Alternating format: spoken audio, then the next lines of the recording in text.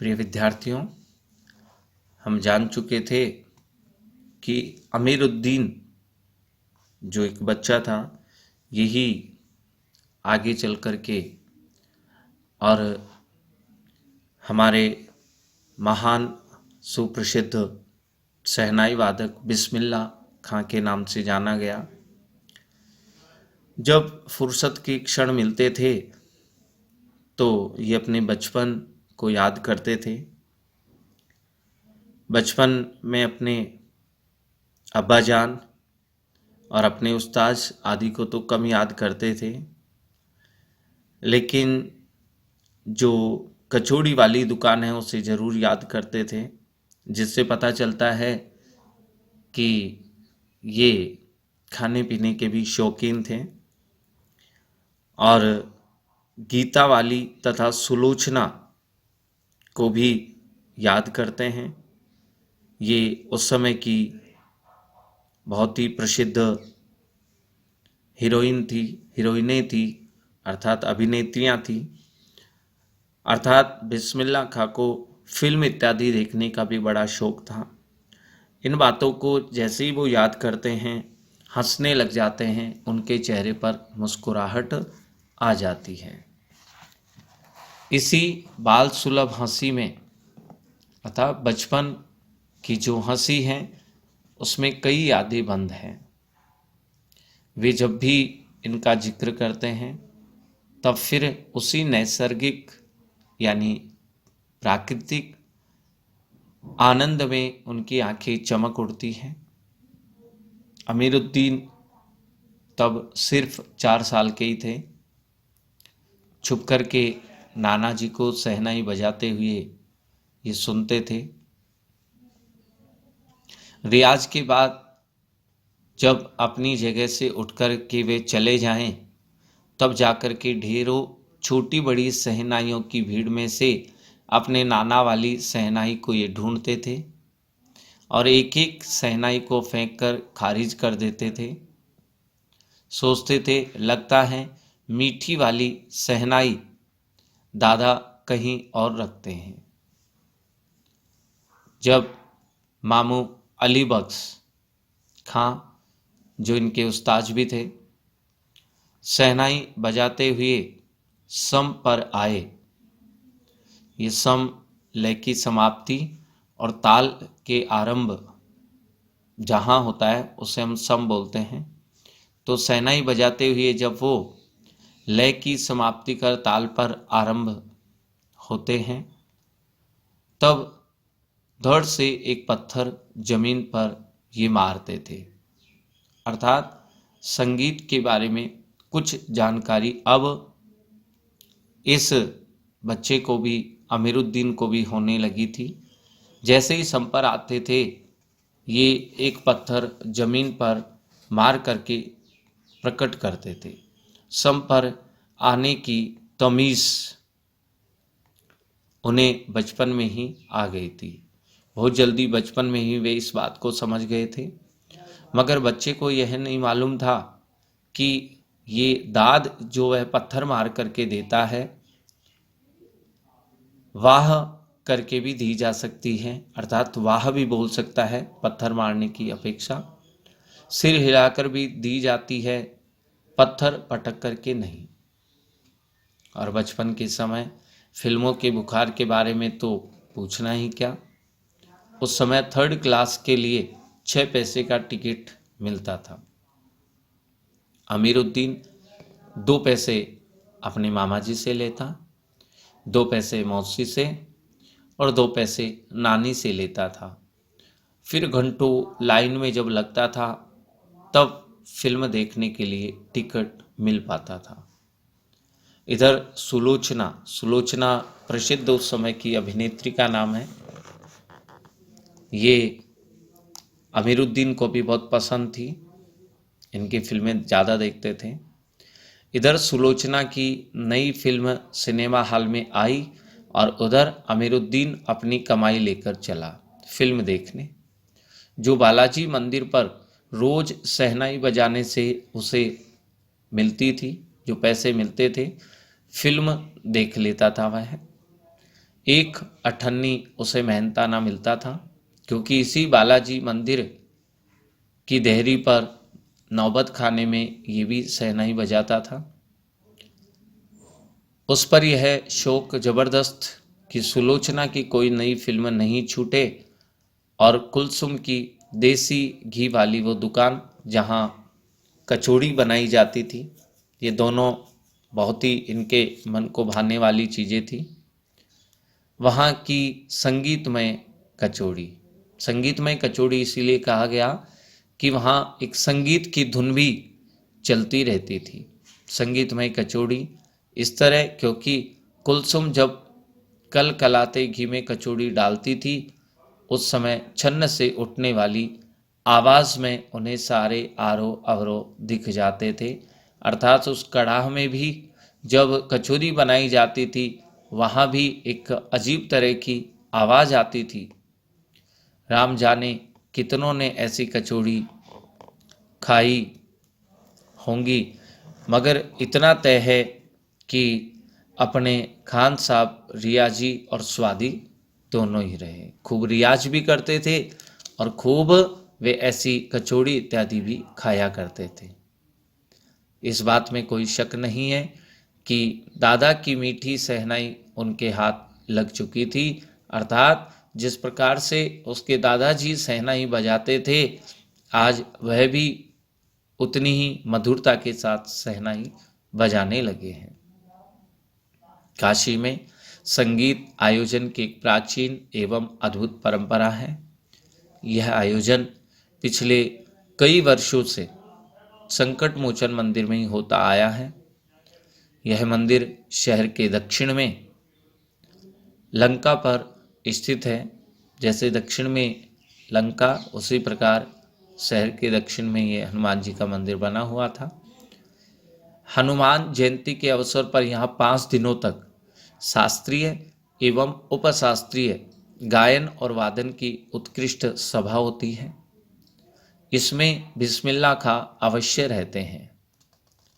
अपने मजहब के प्रति, अपने धर्म के प्रति अत्यधिक समर्पित उस्ताद बिस्मिल्लाह खा की श्रद्धा काशी विश्वनाथ जी के प्रति भी अपार थी।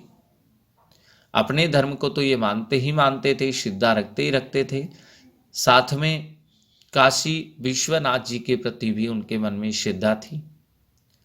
वे जब भी काशी से बाहर रहते, तब विश्वनाथ व बालाजी मंदिर की दिशा की ओर ही मुँह करके बैठते हैं। थोड़ी देर ही सही, मगर उसी ओर शहनाई का प्याला घुमा दिया जाता है और भीतर की आस्था रीढ़ के माध्यम से बजती है। खान साहब की एक रीढ़ 15 से 20 मिनट के अंदर गीली हो जाती है, तब वे दूसरी रीढ़ का इस्तेमाल कर लिया करते हैं। अक्सर वे कहते भी हैं, क्या करें मियाँ, ये काशी छोड़कर कहाँ जाए। गंगा मैया यहाँ हैं, बाबा विश्वनाथ भी यहाँ हैं, बालाजी का मंदिर भी यहाँ है। यहाँ हमारे खानदान की कई पुश्तों ने शहनाई बजाई है। हमारे नाना तो वही बालाजी मंदिर में बड़े प्रतिष्ठित शहनाई वास रह चुके हैं। अब हम क्या करें, मरते दम तक न यह शहनाई छूटेगी और न है यह काशी। जिस जमीन ने हमें तालीम दी है, इस संगीत की शिक्षा दी है, जहाँ से हमने अदब पाई है, कायदे इत्यादि सीखे हैं, वो कहाँ और मिलेगी। शहनाई और काशी से बढ़कर के कोई भी मेरे लिए जन्नत नहीं है, स्वर्ग नहीं है इस धरती पर हमारे लिए। काशी संस्कृति की पाठशाला है। यहाँ संस्कृति इस काशी में हमें सीखने को मिली। शास्त्रों में आनंद कानन के नाम से यह प्रतिष्ठित है। काशी को आनंद कानन भी कहते हैं। काशी में कलाधर हनुमान जी व नृत्य विश्वनाथ जी भी हैं। काशी में बिस्मिल्लाह खान भी हैं। काशी में हजारों सालों का इतिहास है, जिसमें पंडित कंठे महाराज भी हैं, विद्याधरी जी, बड़े रामदास जी, मौजुद्दीन खां। इन रसिकों से उपकृत होने वाला अपार जनसमूह भी हैं। इन सब से बहुत सारे उपकार प्राप्त करने वाले जो यहाँ के लोग हैं वे भी यहाँ रहते हैं। यह एक अलग तरह की काशी है, जिसकी अलग तरह की तहजीब है, संस्कृति है, अपनी बोली और अपने विशिष्ट यहाँ के लोग हैं। इनके अपने उत्सव है और अपना अपना गम है। अपना सेहरा बनना विवाह के अवसर पर जब दूल्हा तैयार होता है, सेहरा उसके सिर पर बांधा जाता है, तो ये विवाह गीत है, सेहरा बनना। और अपना नौहा शोक गीत है, शोक के अवसर पर ये बोले जाते हैं। अपना यहाँ संगीत को भक्ति को किसी भी धर्म के कलाकार से, कजरी को चेती से, कजरी और चेती दोनों के नाम है। चेती प्रचलित गाने को कहते हैं। विश्वनाथ को विशालाक्षी से, बिस्मिल्लाह खां को गंगा द्वार से अलग करके हम नहीं देख सकते हैं। अर्थात ये सब चीज़ें हमें काशी में मिल रही है, हम इनमें से किसी भी चीज़ को अलग नहीं कर सकते हैं। अक्सर समारोह और उत्सवों में दुनिया कहती है ये बिस्मिल्लाह खां है। बिस्मिल्लाह खां का मतलब बिस्मिल्लाह खां की सहनाई, सब लोग प्रशंसा करते हैं। सहनाई का तात्पर्य है बिस्मिल्लाह खां का हाथ से आज से इतना भर है कि बिस्मिल्लाह खां की फूंक और सहनाई की जादुई आवाज़ का असर हमारे सिर चढ़कर बोलने लगता है, अर्थात हमें प्रभावित कर देता है। सहनाई में सरगम भरा है। जब भी सहनाई ये बजाते हैं उसमें सरगम के अनुसार ही धुन हमें सुनाई देती है। खां साहब को ताल का भी मालूम है, ताल को भी अच्छे से जानते हैं, राग भी मालूम है। ऐसा नहीं कि वो बेताल जाएंगे, अर्थात बेताल इसे बजाएंगे, बिल्कुल ताल के अनुसार बजाते हैं।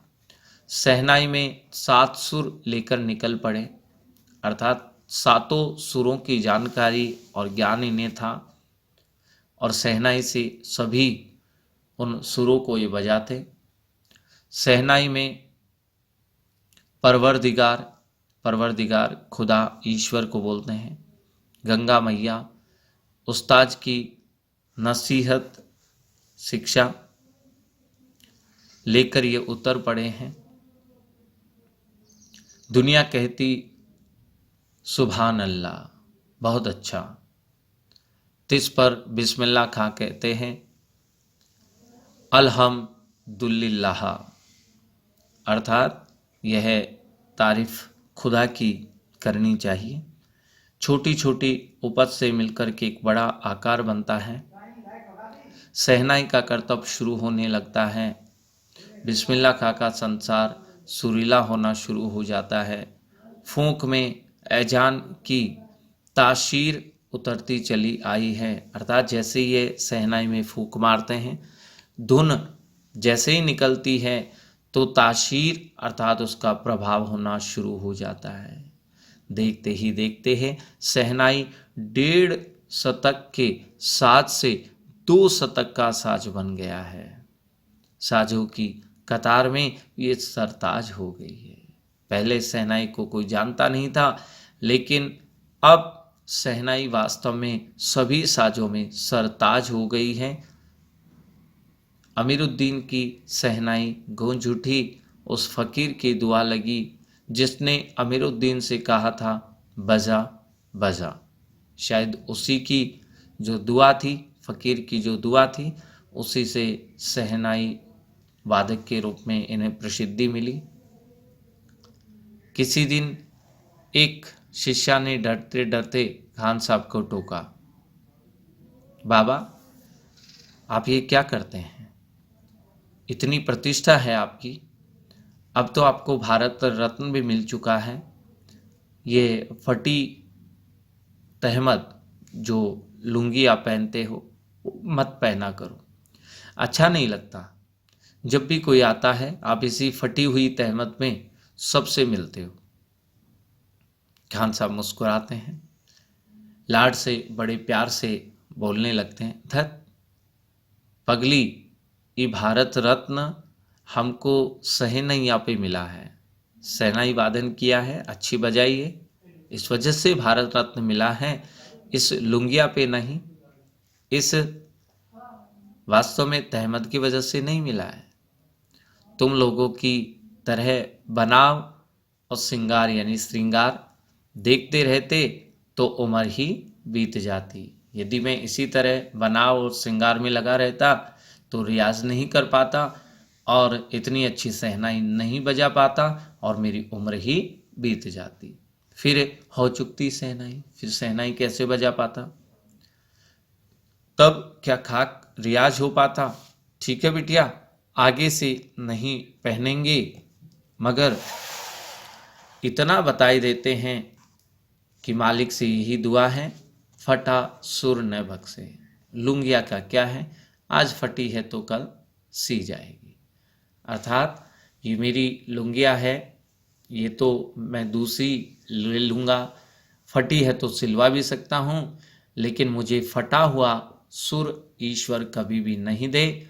मेरा पक्का हो, अच्छा हो, बस ईश्वर से यही दुआ मैं मांगता हूँ। सन 2000 की बात है। पक्का बहाल काशी विश्वनाथ से लगा हुआ अधिकतम इलाका इसी के अंतर्गत आता है। यहाँ से मलाई बर्फ बेचने वाले जा चुके हैं। खान साहब को इसकी कमी खलती है। अब देसी घी में वह बात कहाँ और कहाँ वह कचौड़ी और जलेबी। खान साहब को बड़ी शिद्दत से इन सब की कमी खलती है। अब संगतियों के लिए गायकों के मन में कोई आदर भी नहीं रहा है।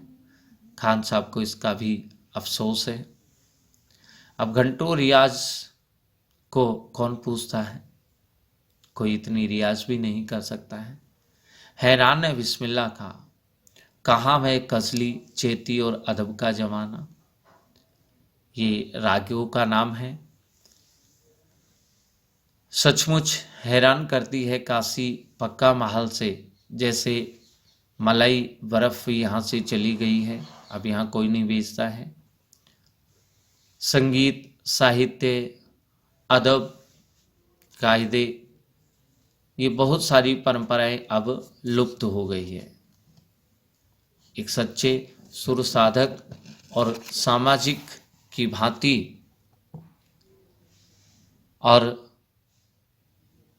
बिस्मिल्लाह खां साहब को इन सब की कमी खलती है।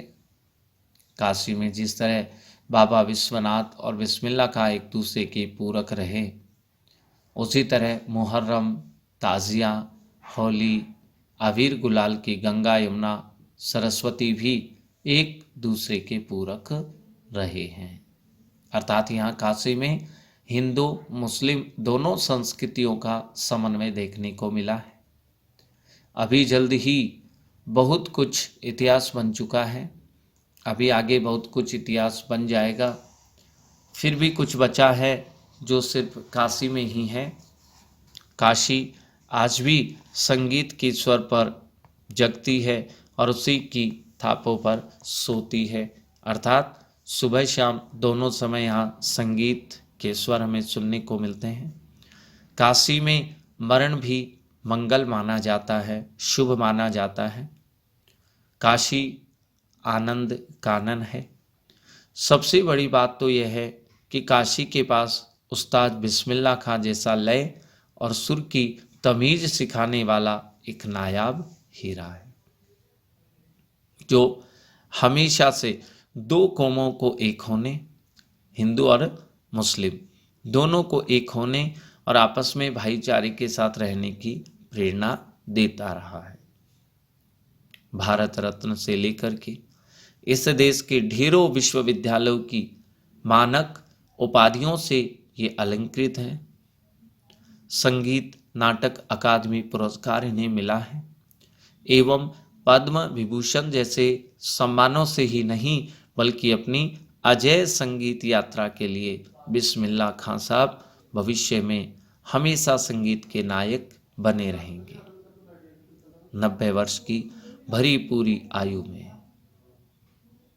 21 अगस्त 2006 को संगीत रसिकों की हार्दिक सभा से विदा हो गए, अर्थात इनकी मृत्यु हो गई। खान साहब की सबसे बड़ी देन हमें यही है कि पूरे 80 वर्षों तक उन्होंने संगीत को संपूर्णता व एकाधिकार से सीखने की जिजीविषा, जब तक वो जीवित रहे तो रियाज हमेशा करते ही रहे।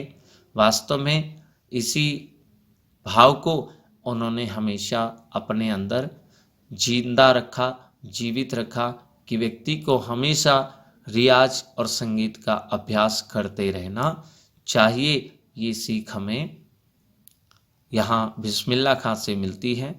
और दूसरी बात, हिंदू और मुस्लिम दोनों ही कौमों को एक करने और भाईचारे के साथ रहने की प्रेरणा भी वास्तव में ये हमेशा देते रहे हैं।